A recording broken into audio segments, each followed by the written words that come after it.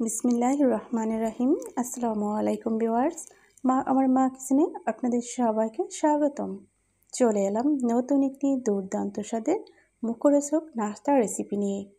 মাত্র একটি ডিমে এবং 2টি আলু দিয়ে কিন্তু তৈরি হয়ে যাবে আলুর এই পেটিস রেসিপিটি। এই নাস্তাটি কিন্তু খুবই মুসমুসে, খেতে কিন্তু দুর্দান্ত মজার। এটা যদি আপনি তৈরি করে দেন, বাচ্চা থেকে বড় সবাই কিন্তু পছন্দ করে খেয়ে নেবে। এই রেসিপিটি তৈরি করার প্রসেসটি আপনাদের সাথে আমি শেয়ার করব। চলুন দেখা যাক। প্রথমে এখানে আমি একটি মিক্সিং বোল নিয়েছি, দিয়ে দিচ্ছি এখানে 2 কাপ পরিমাণে ময়দা। এখন আমি দিয়ে দিচ্ছি এখানে স্বাদ মতো লবণ, হাফ চামচ পরিমাণে বেকিং পাউডার। খুব সুন্দর করে একটু নেড়েচেড়ে মিক্সড করে নেব। যখন মিক্সড করা হয়ে যাবে ঠিক ওই মুহূর্তে আমি অল্প অল্প পানি দিয়ে খুব সুন্দর একটি সফট ডো তৈরি করে নেব। যখন এরকম ডো তৈরি হয়ে যাবে ঠিক ওই মুহূর্তে আমি 1 চামচ পরিমাণে রান্নার রেগুলার সয়াবিন তেল দিয়ে মাখিয়ে খুব সুন্দর করে ঢাকনা দিয়ে ঢেকে দেবো 10 মিনিটের মতো। এই 10 মিনিট একটি কুট তৈরি করে নেব। চুলায় একটি প্যান বসিয়ে সামান্য পরিমাণে সয়াবিন তেল দিয়েছি, দিয়ে দিচ্ছি এখানে 2টি পেঁয়াজ কুচি, 5 থেকে 6টি কাঁচা ঝাল কুচি। ভালো করে আমি নেড়েচেড়ে একটু ভেজে নিচ্ছি। কিন্তু যখন হালকা ভাজা হয়ে যাবে ঠিক ওই মুহূর্তে আমি দিয়ে দিচ্ছি একটি ডিম।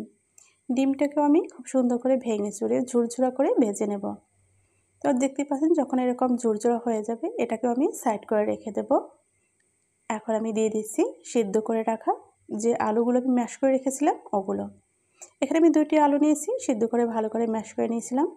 দিয়ে দিচ্ছি 1 চামচ পরিমাণে ম্যাগি মশলা, হাফ চামচ পরিমাণে হলুদের গুঁড়ো, হাফ চামচ পরিমাণে লাল মরিচের গুঁড়ো, স্বাদ মতো লবণ। এখন আমি ভালো করে নেড়েচেড়ে একটি কুট তৈরি করে নেব। এই কুটটা কিন্তু পারফেক্টলিভাবে তৈরি হলে কিন্তু এই আলুর পেটিসটি খেতে দুর্দান্ত মজার হয়।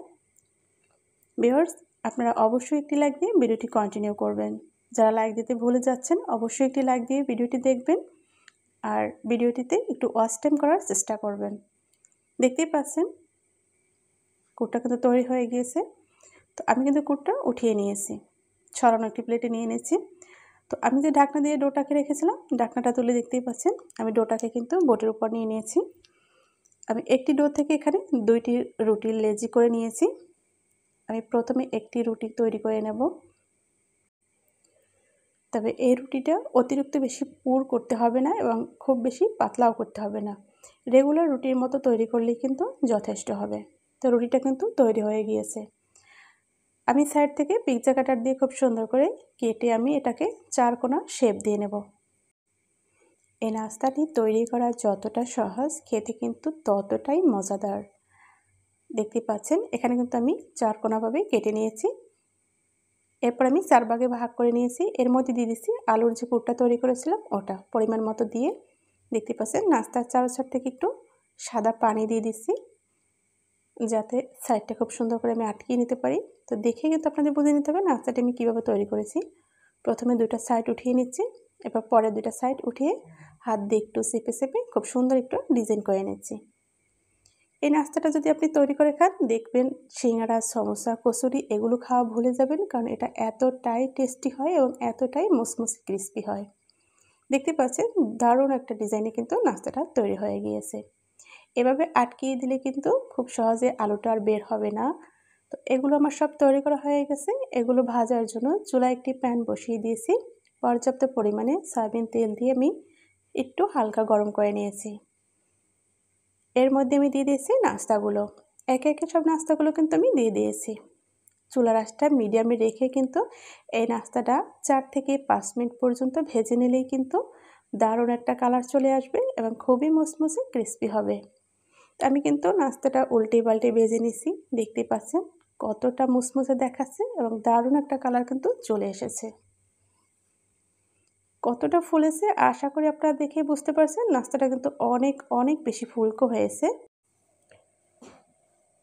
তো এভাবে কিন্তু 4 থেকে 5 মিনিটের মতো কিন্তু ভেজে নিলেই চলবে। তো যখন এরকম ফুলে উঠবে এবং দারুণ একটা কালার চলে আসবে ওই মুহূর্তে আমি নাস্তাগুলো কিন্তু তেল থেকে তেল ঝরিয়ে তুলে নেব। তো ভিউয়ার্স, এই রেসিপিটি সবার মাঝে বেশি বেশি করে শেয়ার করে দিন। আপনিও দেখেন, অন্যকে দেখার সুযোগ করে দিন।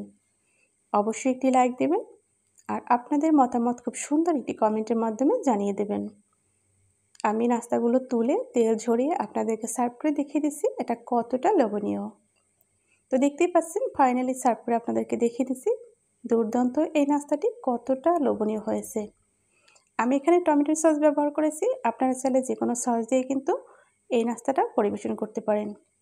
আলুর এই প্যাটিসটি একবার তৈরি করে দেখবেন, অনেক অনেক বেশি ভালো লাগবে। তো আজকে এখানেই বিদায় নিচ্ছি, দেখা হবে আগামীতে নতুন কোনো রেসিপির সাথে ইনশাল্লাহ। সে পর্যন্ত সবাই ভালো থাকুন, সুস্থ থাকুন। আল্লাহ হাফেজ। আসসালামু আলাইকুম ওয়া রাহমাতুল্লাহি ওয়া বারাকাতুহু।